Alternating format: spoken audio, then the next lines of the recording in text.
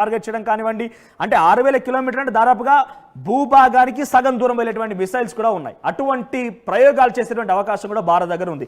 ఇప్పుడు నేను చెప్పినంత కూడా ఇండియాకి సంబంధించి మరి ఆ దుర్మార్గపు పాకిస్తాన్ దగ్గర మనం తెలుసుకోవాలి కదా. మరి పాకిస్తాన్ దగ్గర ఏముంది, ఎటువంటి అవకాశాలు, ఇది కేవలం మిమ్మల్ని ఒక భయభ్రాంతులకు గురి చేయడం మా ఉద్దేశం కాదు ఇక్కడ. అంటే ఒకవేళ జరిగితే ఏం జరగవచ్చు, మన ఇండియా దగ్గర చాలా బిగ్గెస్ట్ పవర్ ఉంది.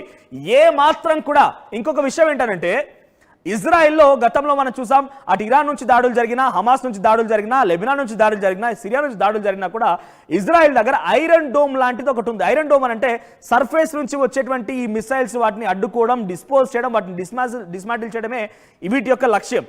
ఐరన్ డోమ్ లాంటిది ఉంది. సో ఇక్కడ భారత్లో కూడా ఇజ్రాయెల్ సపోర్ట్ ఇస్తోంది కాబట్టి అటువంటిది ఒక రక్షణ కూడా ఏర్పాటు అయి ఉంటుంది కదా ఇప్పటికే.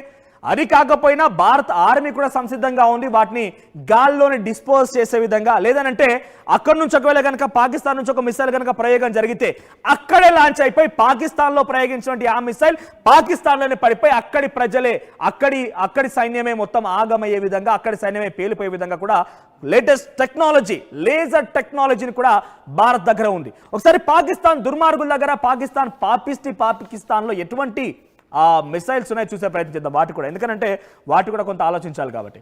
ఇక్కడ పాకిస్తాన్ విషయానికి వస్తే నిస్రా అనేది ఒకటి ఉంది. అది 60 నుంచి 70 కిలోమీటర్ దూరంలో ప్రయోగించే అవకాశం ఉందట. దాన్ని ఒకవేళ కనుక లాహోర్ నుంచి కనుక వాళ్ళు ప్రయోగించాల్సి వస్తే ఇక్కడ జమ్మూ లేదా ఇతర ప్రాంతాలు, అమృత్సర్ లేదంటే చండీగఢ్ ప్రాంతాల్లో వాళ్ళు ప్రయోగించవచ్చు. కానీ ఇక్కడ మీరు మళ్ళీ చెప్తున్నా, ఇది కేవలం మళ్ళీ భయభ్రాంత గురించి చేయడమో, పాకిస్తాన్ గురించి చెప్పడంలో మా ఉద్దేశం ఏంటంటే ఆ దుర్మార్గులు పాకిస్తానీలు గతంలోనే అనేక రకాలుగా మరణకాండ సృష్టించారు, మరణ హోమం సృష్టించారు. కాబట్టి ఒకవేళ వాళ్ళు ప్రయోగించినా కూడా తట్టుకునేటువంటి శక్తి భారత్ దగ్గర ముమ్మాటికి ఉంది. మళ్ళీ చెప్తున్నాను, ఐరన్ డోమ్ లాంటి శక్తి, అంతకు మించినటువంటి శక్తి ఒకటి ఉంది.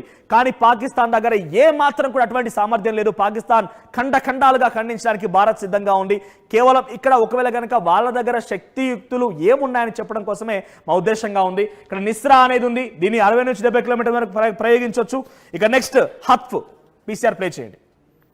నెక్స్ట్ హత్ఫ్ అనేది ఒకటి ఉంది. హత్ఫ్లో 70 నుంచి 100 కిలోమీటర్లు, చూడండి హత్ఫ్ అనేది 70 నుంచి 100 కిలోమీటర్ వరకు వాళ్ళు ప్రయోగించవచ్చట. నెక్స్ట్ గౌరీ 1 అనేది ఒకటి ఉంది.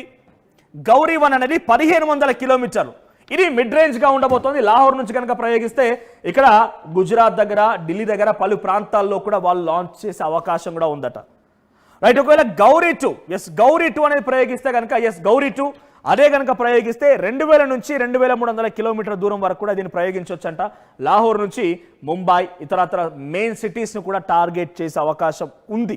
కానీ ఎట్టి పరిస్థితుల్లో కూడా అటువంటిది భారత్లో సాధ్యం కాదు. ఆ పాకిస్తాన్ పిచ్చి కుక్కలు ఏం చేసినా కూడా తిప్పుకోవడానికి భారత్ సిద్ధంగా ఉంది. ఇక మరోవైపుగా అబాబిల్ అనేటువంటి ఒక మిసైల్ ఉంది వాళ్ళ దగ్గర. అబాబిల్ అనే మిసైల్ 2200 కిలోమీటర్ల దూరం ఉన్నటువంటి మిసైల్.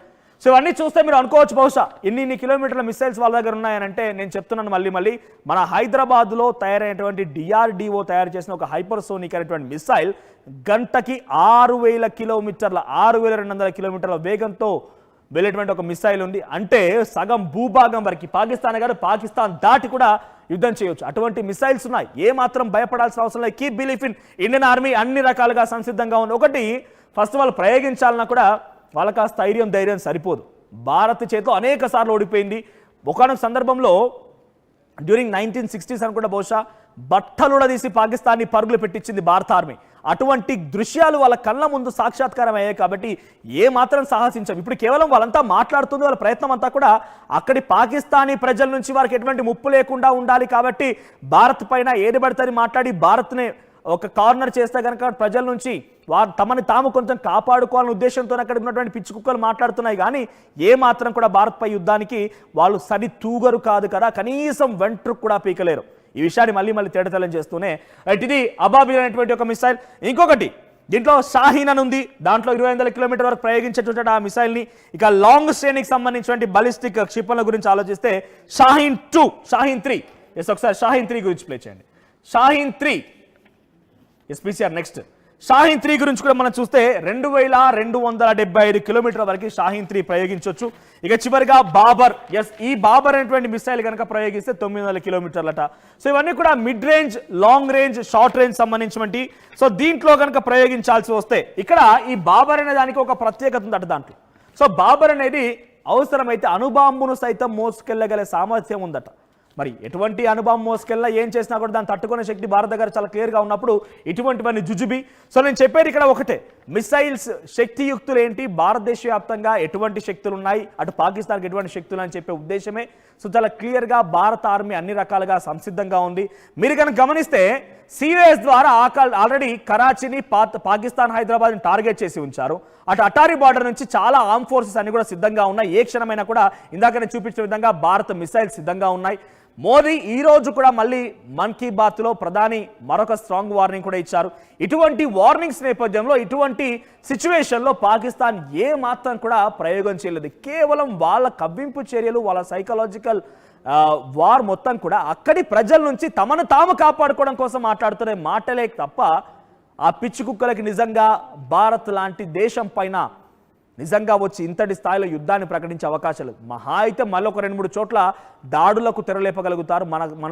మన భారతీయుల్ని, మన భారత ఆర్మీని, కొంతమందిని వారు గాయపరచవచ్చు. అంతేకాని మన ధైర్యాన్ని, మన స్థైర్యాన్ని, మనకున్నటువంటి శక్తియుక్తిని ఏమాత్రం కూడా టచ్ చేయలేరు. ప్రస్తుతం ఇది మిసైల్కి సంబంధించిన అంశం. ఎటువంటి యుద్ధం జరగబోతుందో తలుచుకుంటేనే కొంత ఆసక్తి రేపుతోంది. పాకిస్తాన్ని చిత్తుగా ఓడించడం కోసం, పాకిస్తాన్ని మట్టు పెట్టడం కోసం, పాకిస్తాన్ని అధఃపాతాళానికి తొక్కడం కోసం అన్ని రకాలుగా భారత్ దగ్గర సంసిద్ధమైనటువంటి బలాబలాలు ఉన్నాయి. చూద్దాం మరి ఏం జరుగుతుందో.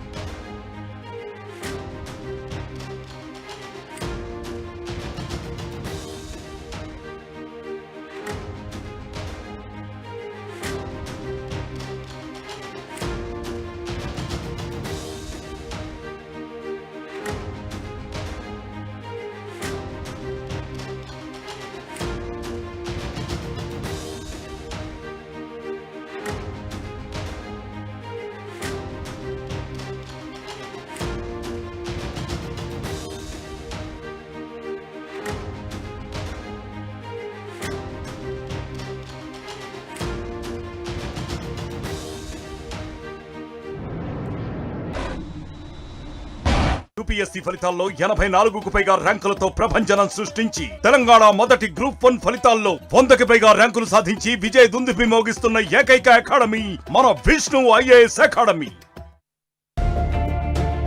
At KLH, we ensure that your dream job is a reality. KLH deemed to be university.